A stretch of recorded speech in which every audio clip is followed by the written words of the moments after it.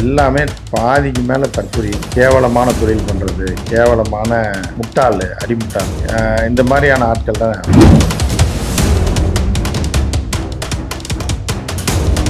இந்த மாதிரி எல்லாம் வந்துட்டா இதே பிடிச்சி அமுக்குனா இப்போ அவளுக்கு ஃபாலோவர்ஸும் வந்துச்சு, காசும் வந்துச்சு. நீங்கள் பார்த்தா பிஇ முடிச்சுட்டு ஃபஸ்ட் கிளாஸில் பாஸ் பண்ணேன், கோல்டு மெடல்னு சொல்லி காலேஜில் போய் டியூட்டராக இருக்க 15,000 சம்பாதிச்சேன்.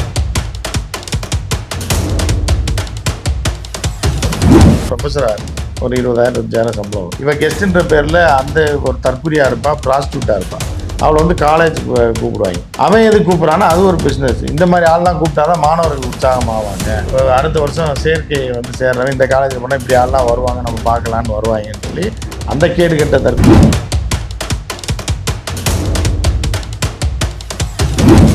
இல்லை, அந்த நிகழ்ச்சி பார்க்குறதே சைக்கோத்தனத்தின் முதல் படி. இந்த பிக் பாஸ்ன்ற ஒரு நிகழ்ச்சியை உட்காந்து ஒரு குடும்பத்தில் ஆணோ பெண்ணோ உட்காந்து 1 மணி நேரம் பார்க்குறாங்கனால அவங்க வந்து மன ரீதியாக பாதிக்கப்பட்டிருக்காங்கன்றதோட முதல் படி அது.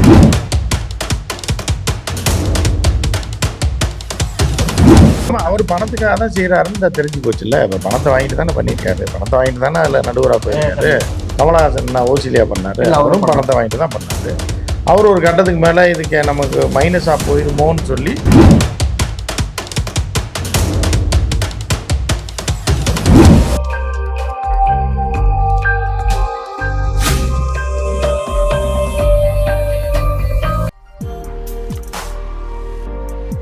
அகாடமி வியூவர்ஸ் எல்லாருக்கும் வணக்கம். இன்னைக்கு நம்ம கூட யார் இருக்காங்கன்னா, பத்திரிகையாளர் உமாபதி அவர்கள் தான் இருக்காரு. இப்ப சமீபத்திய நிகழ்வுகள் பத்தி அவர்கிட்ட கேட்டு தெரிஞ்சுக்க போறோம். வாங்க கேட்கலாம் சார். வணக்கம் சார். வணக்கம்.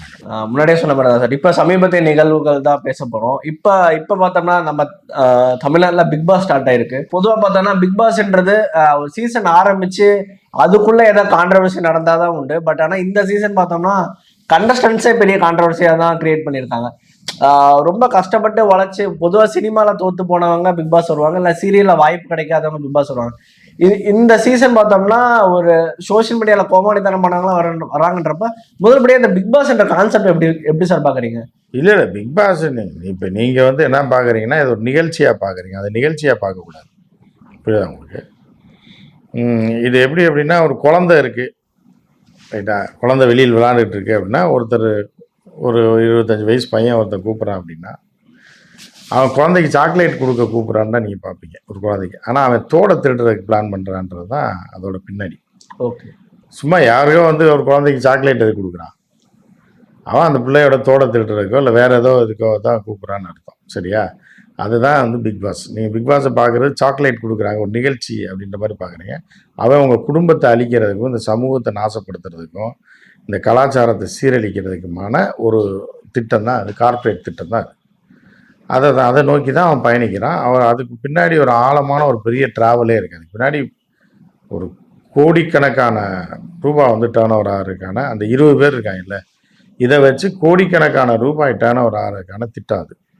அந்த திட்டத்தை இவர்கள் இந்த சேனல் மூலமாகவும் இந்த கான்செப்ட் மூலமாகவும் அதை செயல்படுத்துறாங்க. அப்படிதான் சார், இது ஒரு கேம் ஷோவா அப்படின்னு பாக்குறாங்கல்ல. இப்ப நீங்க சொன்ன வார்த்தைகள்லாம் உங்களோட கடந்த இன்டர்வியூஸ் பார்க்கும்போது குடும்பத்தை அழிக்கிறது, நம்ம ஒரு இன்டர்நேஷனல் மாஃபியா சொல்றது, இது ஒரு கேம் ஷோவா பார்க்கலாம்ல. டான்ஸ் இருக்கு பாருங்க, உங்களை யாரும் பார்க்க வேணாம்னா பாருங்க, தாராளமா பாருங்க. பார்த்துட்டு ஒரு 5 வருஷம் கழிச்சு பாருங்க, உங்க குடும்பம் என்ன ஆகுதுன்னு தெரியும். சார், இது எந்த அளவு நம்மளை பாதிக்கும்னு நினைக்கிறீங்க சார்? சமுதாயம் 8 சீசன் ஆயிடுச்சு, 9வது சீசன். யார் போனவங்கலாம் யாரு? நாசா சயின்டிஸ்ட்டு, இஸ்ரோவில் ராக்கெட் விஞ்ஞானி, புரியுதா? இல்லை வந்து ஒரு பெரிய செஸ் பிளேயர், இன்டர்நேஷ்னல் லெவலில் போய் வாங்கினவர், இல்லை ஒரு இன்டர்நேஷ்னல் லெவலில் கிரிக்கெட் பிளேயரு, இல்லை எம்பிபிஎஸ்சில் வந்து டாப் ரேங்க் ஹோல்டர் இந்தியாவிலேயே, நீட்டில் பாஸ் ஆன பொண்ணு, இல்லைன்னா வந்து ஒரு ட்ராவலர், இப்படி யாராவது போயிருக்காங்களா? எல்லாமே பாதிக்கு மேலே தற்கொலை, கேவலமான தொழில் பண்ணுறது, கேவலமான முட்டாள், அடிமுட்டாள், இந்த மாதிரியான ஆட்கள் தானே. அப்படி தானே போயிருக்காங்க சொல்கிறாங்க. அப்போ அதை எப்படி அவர்களை வைத்து இப்போ அவர்களை நீங்கள் பார்த்து ரசிக்கும் போது எதை நீங்கள் ஒரு யூடியூப்பில் எத்தனையோ இருக்குது, இல்லை வெப்பில் எத்தனையோ இருக்குது. நீங்கள் போய் பான் வீடியோ பார்க்குறீங்க அப்படின்னா என்ன காரணத்துக்காக நீங்கள் பார்ப்பீங்க? நல்ல காரணத்துக்காக பார்ப்பீங்க, இல்லை நீங்கள் வளர்கிறதுக்காக பார்ப்பீங்களா, இல்லை தொழிலுக்காக எதுக்கு பார்ப்பீங்க? நீங்கள் அதுக்குள்ளே போனீங்கனாலே அப்படிப்பட்டவர்கள் வரக்கூடிய ஒரு இதை நீங்கள் வந்து கேம் ஷோவாக பார்த்தீங்க அப்படின்னா உங்கள் குடும்ப நாசம் தான். சார் இப்போ மக்கள் மத்தியிலுமே இதுதான் ரொம்ப கிரிட்டிசைஸ் பண்ணியிருக்காங்க. இதுக்கு முன்னாடி இல்ல நடந்த மக்கள்ன்றதே சொல்லாதீங்க. எல்லா பேரும் அத பார்க்கறது இல்லைங்க. அது வந்து ஒரு சில அதாவது எப்படின்னா, அத பார்க்கிறவர்களே ஒரு வித மனநோயாளிகள் மாரி தான். அத உட்கார்ந்து பார்த்துட்டு இருக்காங்கன்னா, எவனோ போடுற சண்டையும், எவ்வளோ போடுற சண்டையும், எவ்வளோட லைஃபோ அதில கேமரா வச்சு, இப்போ வந்து ஹியூமன் சைக்காலஜி என்ன அப்படின்னா, எல்லா இதுலயும் நீங்க பழைய சினிமால எதுல பார்த்தீங்கன்னாலும் சரி, வதந்திய பரப்புறது. அவசரமா போயிட்டு இருப்பான். 2 பேரும் பைக்ல மோதி சண்டை போட்டான்னா, ஒரு 2 நிமிஷம் நின்னு பார்த்துட்டு போவான். வீட்ல கிளம்பும்போது அதிரடியா கிளம்புவான். இது ஹியூமன் கேட்டல்ஸோட மைண்ட் செட் அது. ரோட்ல ஏதாவது நடக்கிறத பார்த்துட்டு போவான்.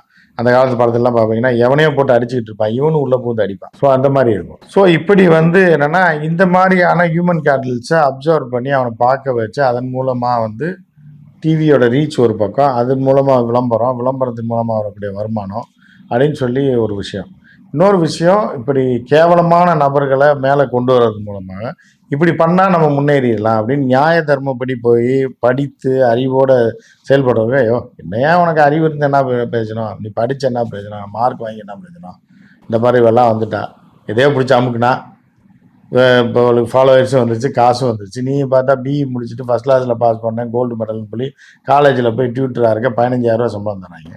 இது தேவையா உனக்கு? இந்த மாதிரி போயிட்டேன்னா வந்து பண்ணிக்கலாமே அப்படின்றது தான். சார் அது இப்ப மக்களோட என்னோட ஃப்ரெண்ட்ஸே சில பேர் அதான் சார் சொன்னாங்க. இப்ப நிறைய பேர் டே நைட் என் ஃப்ரெண்ட் எல்லாம் ஐடில ஒர்க் பண்றோம். காலையில 9 மணிக்கு போனான்னா நைட்டு 11 மணிக்கு வருவானுங்க. 15 மணி நேரம் 18 மணி நேரம் வேலை. ஒரு 20,000 தாண்டறதுக்குள்ளேயே அவனுங்க செத்து பொழைச்சிடறானுங்க அவனுங்க. அப்படின்றப்ப இந்த அரோரா சிலரா இருக்கட்டும், அவங்க அந்த இன்ஸ்டாகிராம்ல சப்ஸ்கிரிப்ஷன் மூலமா ஏர்ன் பண்றதா இருக்கட்டும், இப்போ மக்கள் மத்தியிலயுமே ஒரு மிகப்பெரிய வெறுப்பை தான் அது உண்டாக்கி இருக்கு. இல்ல வெறுப்பு உண்டாக்குறது இல்லை, அது ப்ராஸ்டியூஷன் ஆரம்பத்துல இருந்து நல்ல தொழிலுங்க. புரியுதா உங்களுக்கு? அதை பண்ணிட்டு போயிட வேண்டியதானே. கஷ்டப்பட்டு வேலை அதாவது இப்படி தான் வாழணும், இப்படி தான் நேர்மையாக இருக்கணும், இப்படி தான் இதாக இருக்கணும் அப்படின்றவனுக்கு தெரியும். இதெல்லாம் நமக்கு முன்னாடி உள்ளவங்களுக்கும் நமக்கு வயசுக்கு மூத்தவங்க எல்லாம் தெரியும். இந்த வழியில் போனால் சம்பாதிக்கலாம், அது நீண்ட நாளைக்கு எப்படிலாம் நடக்கும், இது எதெல்லாம் நம்ம சந்திக்க வேண்டியது இருக்கும், நேர்மையான வழியில் சரியான வழியிலையும் போனோம்னா எப்படி ஒரு வாழ்க்கை அமையும், குடும்பம் எப்படி அமையும், நம்ம பிள்ளைங்க எப்படி அமையும், அடுத்த சந்ததி எப்படி அமையும்னு அறிவுள்ளவனுக்கு பூரா தெரியும். முட்டா பசங்களை வந்து கவர் பண்ணி உள்ளே இழுக்கிறது, பெண்களை உள்ளே இழுக்கிறது தான் வந்து இவரோட பிளான். இப்படி நம்மளும் பண்ணலாமே, அவள் எதையோ ஒன்று நமக்குனா பெரிய ஆளாயிட்டா, நம்மளும் நம்ம எது கஷ்டப்படணும், அவளை விட நம்ம அழகாக இருக்கமே அப்படின்னு அவர்களை தூண்டி உள்ளுக்குள்ளே வலைக்குள்ளே விடுக வைக்கிறது தான் இந்த நிகழ்ச்சி. தற்கொலை நாதாரி இவங்களெல்லாம் வந்து விஐபியாக காட்டுறது, கெஸ்ட்டாக காட்டுறது, அவனெல்லாம் காலேஜ் கெஸ்ட்டாக கூப்பிட்றது, இப்படிலாம் கூப்பிடும்போது என்ன ஆகுதுன்னா, நல்லா படித்து கோல்டு மெடலிஸ்டாக இருக்கவே டியூட்டராக இருப்பாள், ஒரு ப்ரொஃபஸராக இருப்பாள், ஒரு 20,000 25,000 சம்பளம் வரும். இவன் கெஸ்ட்டுன்ற பேரில் அந்த ஒரு தற்கொலையாக இருப்பாள், ப்ராஸ்டியூட்டாக இருப்பாள், அவளை வந்து காலேஜுக்கு கூப்பிடுவாங்க. அவன் எது கூப்பிட்றான்னா அது ஒரு பிஸ்னஸ். இந்த மாதிரி ஆள்லாம் கூப்பிட்டா தான் மாணவர்கள் உற்சாகமாவாங்க. அடுத்த வருஷம் சேர்க்கையை வந்து சேர்றவன் இந்த காலேஜில் போனால் இப்படி ஆள்லாம் வருவாங்க, நம்ம பார்க்கலான்னு வருவாங்கன்னு சொல்லி அந்த கேடுகட்ட தற்கொலைகள் அதை பண்ணுறான். இது வந்து ஒரு நெட்வொர்க் பிஸ்னஸ் இது. ஸோ அப்படி இருக்கும்போது இந்த மாதிரி கேவலமான வேலையை செஞ்சு சம்பாதிச்சிருக்கு. சார் என் ஃப்ரெண்டு பேசியிருக்கும் போது சொன்னால், அவங்க வீட்டில் கேட்டாங்களா, அரோரா சிலர் யார் அந்த பொண்ணு எதுக்குடா உள்ளே வந்துச்சுன்னு கேட்டாலும். பட் என் ஃப்ரெண்டுக்கு அதை எப்படி எக்ஸ்பிளைன் பண்ணுறதுனே தெரியல. அம்மா இந்த மாதிரி எதையோ அந்த மாதிரி பண்ணிடுச்சுமா, அதனால இல்லை அந்த நிகழ்ச்சி பார்க்குறதே சைக்கோத்தனத்தின் முதல் படி. ஓகே, அந்த பிக் பாஸ்ன்ற ஒரு நிகழ்ச்சியை உட்காந்து ஒரு குடும்பத்தில் ஆணோ பெண்ணோ உட்காந்து 1 மணி நேரம் பார்க்குறாங்கனால அவங்க வந்து மன ரீதியாக பாதிக்கப்பட்டிருக்காங்கன்றதோட முதல் படி அது. புரியுதா அவங்களுக்கு? அதுக்கடுத்து அதை பார்க்குறாங்க, ரெகுலராக பார்க்குறாங்கனாலே அவங்க ஆஃப் கண்டிஷனுக்கு போயிட்டாங்கன்னு அர்த்தம். புரியுதா? இது இந்த நிகழ்ச்சினால என்ன பிரயோஜனம், அவங்க சந்ததிகளுக்கு பிரயோஜனமா, அவன் பிள்ளைக்கு பிரயோஜனமா, புருஷனுக்கு பிரயோஜனமா, வாழ்க்கைக்கு பிரயோஜனமா, இல்லை குடும்பத்துக்கு பிரயோஜனமா, இல்லை தாய் தந்தையருக்கு எதுக்குமே பிரயோஜனம் கிடையாது. ஒரு விஷத்தை விதைக்கிறான், அதை உட்காந்து நீங்கள் வேடிக்கை பார்க்குறீங்கன்னா நீங்களும் ஒரு சைக்கோ தான், ஆஃப் சைக்கோ மனநிலையில் இருக்கீங்கன்னு அர்த்தம். நீங்கள் உடனே ட்ரீட்மெண்ட்டுக்கு போக வேண்டியது. ஸோ இதெல்லாம் ஒரு நிகழ்ச்சின்னு பார்த்துட்டு இதில் யாருன்னு வேற கேட்குறாங்க அப்படின்னா அது அவருடைய மனநிலை என்னன்னு சொல்கிறதுன்னு தெரியல. சார் இப்போ திவாகர் பண்ணக்கூடிய விஷயங்களுமே கொஞ்சம் ரொம்ப கிரிட்டிசைஸ் பண்ணுறாங்க. ஒரு இப்போ விமன்ட்ட பேசுகிறேன்னா முகத்தை பார்த்து பேசுறது இல்லை, வேற எங்கேயோ பார்த்து பேசுறாரு அப்படின்ற மாதிரிலாம் கிரிட்டிசிசம் போயிட்டு. இதெல்லாம் பற்றி பேசுகிறதே கேவலமா. நீங்கள் வேற இதெல்லாம் ஒரு விஷயம்னு சொல்லி நீங்கள் கேட்குறதே, இங்கே பார்க்குறான் அங்கே பார்க்குறான் இதில் போகிறான்னு அந்த நிகழ்ச்சியை பார்க்குறதே வேஸ்ட். அதில் போயிட்டு இவன் அங்கே பார்க்குறான் அங்கே பார்க்குறான்னு கேட்குறது வேஸ்ட். ஸோ இன்னைக்கு விஜய் சேதுபதி ஒரு தமிழ் சமூகத்துல தமிழ் சினிமாலும் சரி ரொம்ப ஒரு மிகப்பெரிய நடிகரா இருக்காரு, மரியாதை இருக்கு.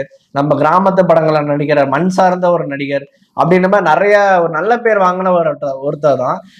அவர் இந்த மாதிரி ஒரு சம்பளத்துக்கு, ஒரு அற்ப சம்பளத்துக்கு ஆசைப்பட்டு இந்த மாதிரி பிக் பாஸ் என்ற கான்செப்டை ஒத்துக்கிட்டு அதுலயும் சரி உள்ள வர என்னென்ன போட்டியாளருக்கு வர அதுலயாவது அவர் கான்சென்ட்ரேட் பண்ணலாம். இந்த மாதிரி எதுலையுமே கான்சென்ட்ரேட் பணம் தானே கோடிக்கணக்கில் கொடுக்குறான்றப்ப அனாமத்தா பணம் வருதுன்னு போது நீ ஆட்டோமேட்டிக்காக மாறிடுறாங்க. பணம் தான் நான் முடிவு பண்ணுது. ஒரு திடீர்னு 5 கோடியை தூக்கி கொடுக்குறீங்க, 10 கோடியை கொடுக்குறீங்க அப்படின்னா 2-3 படத்தோட காசு. இது வந்தோமா போனோமா 4 பேர் பேசுகிறோமா எல்லாத்து மாதிரி பணம் வருது. பணம் யார் கொடுப்பா? நல்லவனா வாழ்ந்தா எப்படி பணம் கொடுப்பான்னு கூட அவர் நினச்சிருக்கலாம். 2வது வந்து அவரை நல்லவர்னு உங்களை யார் நினைக்க சொன்னாங்க அப்படின்னு ஒரு கேள்வி. அவர் நல்லவரோ கெட்டவரோ படத்தில் வராரு, டிக்கெட் எடுத்து பார்க்குறீங்க, பிடிச்சா பார்க்குறீங்க, இல்லை அதோட நிறுத்தி வேண்டாம். அவர் நல்லவர்னு ஏன் நீங்கள் நினைக்கிறீங்க, கெட்டவர்னு ஏன்? இல்லை சார், நம்ம சமூகத்தில் ஒரு ஸ்டார்ன்ற பொசிஷனில் இருக்காரு, அவரை ஃபாலோ பண்ணுறவங்க நிறைய பேர் இருக்காங்க. ஆமாம், அவர் பணத்துக்காக தான் செய்கிறாருன்னு தெரிஞ்சு போச்சு இல்லை. இப்போ பணத்தை வாங்கிட்டு தானே பண்ணியிருக்காரு, பணத்தை வாங்கிட்டு தானே அதில் நடுவராக போயிருக்காரு. கமலஹாசன் ஓசிலியா பண்ணாரு, அவரும் பணத்தை வாங்கிட்டு தான் பண்ணாரு. அவர் ஒரு கட்டத்துக்கு மேலே இதுக்கு நமக்கு மைனஸாக போயிருமோன்னு சொல்லி பாலை இவர் பக்கம் தள்ளி விட்டு போயிட்டாரு. இப்போ இவருக்கு பேமெண்ட் வருதில்ல கோடிக்கணக்கில் காசு கொடுத்தா எதை வேணாலும் செய்வாங்க. இப்போ நீங்கள் அஜித் அது சில பேர் தான் கொள்கையோடு இருப்பாங்க. இப்போ நீங்கள் அஜித் பார்த்தீங்கன்னா எத்தனை கோடி கொடுத்தாலும் விளம்பரத்தில் நடிக்க மாட்டாப்புல. ஏன்னா சமூக சீரழிவுக்கு நம்மளே காரணம் ஆயிடும்னு சொல்லி அவர் பண்ண மாட்டார். அதே மாதிரி ஐயா ராஜ்கிரண், அவர்கிட்ட எவ்வளவோ கோடி தரேன்னு சொல்லியும் கார்பரேட் விளம்பரத்தில் அவர் நடிக்கவே இல்லை. ஏன்னா நம்ம சமூகத்தை கெடுத்துருன்னு சொல்லி. சரி, இப்படி சில பேர் தான் இருக்காங்க. மித்தவங்கலாம் காசு கொடுத்தா எதை வேணாலும் பண்ணக்கூடிய ஆட்கள் தான் இருப்பாங்க. அவருக்கு கேட்டால் சொல்லுவாங்க, நான் கஷ்டப்பட்டா நீயா காப்பாற்றுவேன்னுவாங்க. அப்போ அவர்களெல்லாம் வந்து நீங்கள் வந்து நடிகராக பார்க்கலாமே தவிர அவரை தலைவனாவோ இல்லை ஒரு கருத்தியல்வாதியாக நீங்கள் பார்த்தீங்க அப்படின்னா கடைசியில் மக்கள் வாயில தான் மண்ணு விழுகும். சரி, இன்னைக்கு சூர்யா இருக்காரு, அகர மூலமா பண்றாரு, அஜித் இருக்காருன்றப்ப விஜய் சேதுபதிக்கு ஒரு பொறுப்பு வந்திருக்கணும் தானே. அவரோட பையனும் நடிகர் வந்திருக்கணும்னு எப்படி சொல்ல முடியும்? வரணும்னு ஏதாவது அவசியம் இருக்கா? அவர் ஒரு நடிகர், அவ்வளோதான். இப்போ விஜய்க்கே பொறுப்பு வந்திருக்கா? இத்தனை வருஷமா நடிச்சு வரல இல்லை, அப்புறம் எப்படி அவருக்கு வரும்? அது வந்து ஒவ்வொரு மனுஷனும் வேற. இவருக்கு பொறுப்பு வந்துருச்சுருக்கா இவருக்கு வரணும்னு அவசியம் கிடையாது. இவர் காசுக்காக போறாரு, அவர் காசை வாங்குறாரு, அகரத்தில் செலவு பண்றாரு, அவருக்கு நாலேஜுக்கு அதை செய்கிறாரு. இவர் நாலேஜுக்கு காசை வாங்கிட்டு கல்லால் போட்டு இவர் போயிடுறாரு. இதுதான் ஒவ்வொரு மனிதனும் வேற வேற தானே. அவரை மாதிரியே இவர் இப்போ கமலஹாசன் மாதிரியே சூர்யா இருக்க முடியாது, சூர்யா மாதிரி விஜய் சேதுபதி இருக்க முடியாதுல்ல. சார், இதுக்கு பின்னாடி இருக்கிற குரூப்லாம் என்னவா சார் இருக்கும்? இதுக்கு முன்னாடி என்ன மாஃபியா இருக்கும்னு நினைக்கிறீங்க? என்ன ட்ரேடிங் இருக்கும்னு நினைக்கிறீங்க? இல்லை, ட்ரேடிங்னா மக்களை பார்க்க வைக்கிறது, அதிக வியூவர்ஸை பார்க்க வைக்கிறது, ஏங்க வைக்கிறது. ஒரு எருமை குளிப்பாட்டுறவன் வந்து இன்னைக்கு வந்து ஒரு டிவி சேனலில் உட்காந்துருக்கான், அவனுக்கு 10 லட்சம் 15 லட்சம் தர்றாங்க, அவனை ஊர் பூரா தெரியுது, நம்மளை பக்கத்து வீட்டுக்காரன் கூட தெரியல. அப்போ நம்மளும் இந்த மாதிரி ஏதாவது கோமாளித்தனமாக பண்ணோம்னா வந்துடலாம் அப்படின்னு சொல்லி ஒரு எருமை மேய்க்கிறவனை பார்த்துட்டு 10 லட்சம் பேர் ஆசைப்படுவான். அதுதான் இவர்களுடைய சீட்டிங். 10 லட்சம் பொம்பளைங்க ஆசைப்படுவாங்க. யாரா பலூனக்கான்னு எதையோ அமுக்கி காமிச்சா நம்மளும் பண்ணிடலாமே அதை அப்படின்னா அவங்களுக்கு ஒர்க் அவுட் ஆகாது. அப்படி ஒரு 10 லட்சம் பேர் இந்த ஆசையை தூண்டி விட்டு உள்ளே இறக்கி விட்டுருவாங்க. அவங்க பூரா இந்த சேனல் பார்ப்பாங்க, இதில் வந்துடணும் அப்படின்னு. இதில் வருஷத்துக்கு 20 பேருக்கு தான் வாய்ப்பு கிடைக்கும். அதில் இந்த 20 லட்சம் பேர் ட்ரை பண்ணுவாங்க. அப்போ என்னன்னா இதை நோக்கியே ஒரு பிஸ்னஸ் இருக்கும். இதை பார்க்குறது, தொடர்ந்து இது மாதிரி பண்ணுறது, இந்த மாதிரி முயற்சி பண்ணுறதே வந்து இவர்களுக்கோட சேனலோடைய எதிர்பார்ப்பு அதிகமாகும். அப்படி இருக்கும்போது அதை மார்க்கெட் பண்ணி காசு ஆக்கிடுவாங்க, குடும்பத்தை உடச்சி விட்ருவாங்க. அப்போ குடும்பத்தை உடைக்கும்போது இப்போ போய் வீட்டில் இருக்க பிள்ளைங்க போய் இந்த மாதிரி பலூனக்கான்ற மாதிரி பண்ணுச்சுன்னா புருஷன் பொண்டாட்டி அவளை துரத்தி விட்டுருவான். அப்போ அது தனியாக போயிடும், இவன் தனியாக போயிடுவான். அப்போ இவன் ஒரு போக்கில் போவான், அவன் ஒரு போக்கில் போயிடுவான். இந்த மாதிரி குடும்பத்தை சிதைக்கிறது, சமூகத்தை சீர்குலைக்கிறது தான் இவங்களோட திட்டமே. ஸோ ஒரு டைம்ல பார்த்தோம்னா நம்மளோட தமிழ் சினிமா வந்து உலகம் ஃபுல்லாக தெரிஞ்சது. இது மாதிரி ரொம்ப ரொம்ப லிட்ரேச்சர் படித்தவங்க, திறமையானவங்க மட்டும்தான் வர முடியும் அப்படின்ற மாதிரி ஒரு இதெல்லாம் இருந்தது. இன்னைக்கு பார்த்தோம்னா ஃபாலோவர்ஸ் இருந்தாதான் நீங்க ஒரு டேலண்ட்னு அர்த்தம். ஃபாலோவர்ஸையும் டேலண்ட்டையும் ஒன்னா வச்சு இடம் போடுற அளவுக்கு நம்ம வந்துட்டோம். தற்குறிகள் தான் அப்படி இடம் போடுவாங்க, எல்லா மக்களும் இடம் போட மாட்டாங்க. தற்குறிகள் ஒன்றும் இல்லாதவன் தான் அந்த மாதிரியான வேலையை பண்ணுவானே தவிர இவங்க பண்ண மாட்டாங்க. நல்ல அறிவுள்ளவன், அடிப்படை அறிவுள்ளவன் அந்த மாதிரிலாம் நினைக்க மாட்டான். ஓகே சார், இந்த விஷயத்துல இறுதியா ஒரு கேள்வி வந்து சிம்பு பண்ணிட்டு இருந்தாரு நடுவுல கொஞ்ச நாள் பிக் பாஸ். அவரு திடீர்னு ஏதாவது அறிவு வந்துதான் அவரு போயிட்டாரா? இதெல்லாம் நமக்கு வேணாம். சிம்புக்கு நான் அதுக்கு முன்னாடி அறிவு இல்லைன்னு சொல்றேன். ஐ மீன் அறிவு மீன்ஸ் இது ஏதோ வேற ட்ராக்ல போயிட்டு இருக்கு. அது அவருக்குலாம் தெரியும், சிம்புக்குலாம் தெரியும். இது இப்படி போயிட்டு இருக்கு, இதை கொண்டு போய் நம்மள எங்கேயோ கோர்த்து விட்டுருவாங்க, இது ஒரு தற்குறித்தனமான நிகழ்ச்சி, இது வந்து ஒரு கேடுகட்ட நிகழ்ச்சின்றது அந்த செலிபிரிட்டிஸை வச்சு நடத்தும் போதே கண்டுபிடிச்சிருப்பாப்புல. ஓகே. கமலஹாசனுக்கு அப்போ பணம் தேவைப்பட்டுச்சு. அதுக்கப்புறம் அவர் படம் ஒரு 100 கோடி மேலே சம்பாரிச்சு கொடுத்த உடனே இது எதுக்கு 10 கோடி 15 கோடிக்கு போய் நம்ம அசிங்கப்படுவானே. கமலஹாசன் நினைச்சது என்னன்னா, இன்னைக்கு அப்டேட்ல கரண்ட்ல இதையெல்லாம் பாக்குறாங்க போது இன்னைக்கு உள்ளவங்க வந்து நம்மளை மறந்துடக்கூடாது, இப்ப கரண்ட்ல இதுதான் போயிட்டு இருக்கு, இதோட சேர்த்து நம்மளும் போயிடணுன்றதுக்காக தான் அவர் இறங்கி பண்ணது. அதுக்கப்புறம் இது வேற மாதிரியா போகுதுன்னு ஒரு 3 சீசன் ஒரு அளவுக்கு வருமானம் சம்பாரிச்சிட்டாரு. அதுக்கப்புறம் அவர் படம் ஓடினோடனே இதோட 10 மடங்கு சம்பாரிச்சு கொடுத்துருச்சு. 100 கோடிக்கு மேல பண்ணோடனே இதை விட்டு விலகி போயிட்டார். அதான் காசு இல்லாததுக்கு இவர் இதை பண்ணியிருக்காரு. அப்போ பணம் இல்லைன்னா இவர்கள் சமூகத்தை பற்றிலாம் கவலைப்பட மாட்டாங்க, எதை வேணாலும் பண்ணுவாங்கன்றதுக்கு கமலஹாசன் ஒரு உதாரணம். சரியா? பணம் இல்லாத பணம் கொட்டி கொடுக்குறான், 5 கோடி 10 கோடி 15 கோடின்னு கொடுக்குறான் அப்படிங்கும்போது இதில் போனவர் மொத்தமாக சினிமாலே பணம் வந்துருச்சு, அடுத்த படத்துக்கு ஒரு பேமெண்ட் வாங்கிட்டாரு, வாழ்நாளில் தன் வரலாற்றிலே வாங்காத ஒரு சம்பளத்தை வாங்கிட்டாரு, லாபத்தை பார்த்துட்டாருங்க போது சரி இவங்க இதை அப்படியே நாயை நட்டாத்தில் விட்ட மாதிரி விட்டுட்டு அந்த பக்கம் போயிட்டார். ஸோ போயிட்டு அவர் போய் அப்புறம் அரசியல் அதில் காசை கொடுத்து எம்பி ஆகி அப்படி வேறு ட்ராக்ல போய் டெல்லி ஏறி போயிட்டார். Okay sir. இப்போ அடுத்தபடியாக பார்த்தோம்னா விஜய் சேதுபதி இல்லைன்னா இந்த ஷோவை யார் நடத்த போறா, அடுத்த மாட்ட போற ஆக்டர் யாருன்னு உங்களுக்கு ஏதாவது ஐடியா இருக்கா? இல்லை, இதெல்லாம் போய் ஒரு பிரச்சனையா பேசுறதே இப்போ ஒரு மோசமானது. இவங்கெல்லாம் ஒரு ஆளுன்னு சொல்லி இவங்க நிகழ்ச்சி இதுக்கு அடுத்து எவன் வருவான்றதெல்லாம் அது ஒரு கேடுகெட்ட சிந்தனை தான். எந்த நாய் வந்தால் நமக்கு என்ன சார்? இப்போ கன்னடாவில் பார்த்தோம்னா பிக் பாஸை பேன் பண்ணிட்டாங்க, தடை வச்சிருக்காங்க. அந்த நிலைமை தமிழுக்கு வருமா? வரும். அது கன்னடாவில் கூட வந்து வேற காரணம். இது வந்து ஒரு டிவி நிகழ்ச்சியே திடீர்னு ஒரு மாநில அரசு தடை பண்ண முடியாது, மாநில அரசு கட்டுப்பாட்டில் கிடையாது. ஆனால் இது வந்து சமூக சீர்கேட்டை வருது, சமூகத்தை நாசமாக்குது, பெண்கள் நாசமாக்குது, குடும்பத்தை ரெண்டாக்குது, பல பிரச்சனை காரணமாக இருக்குன்றத கர்நாடக அரசு கண்டுபிடிச்சிச்சு.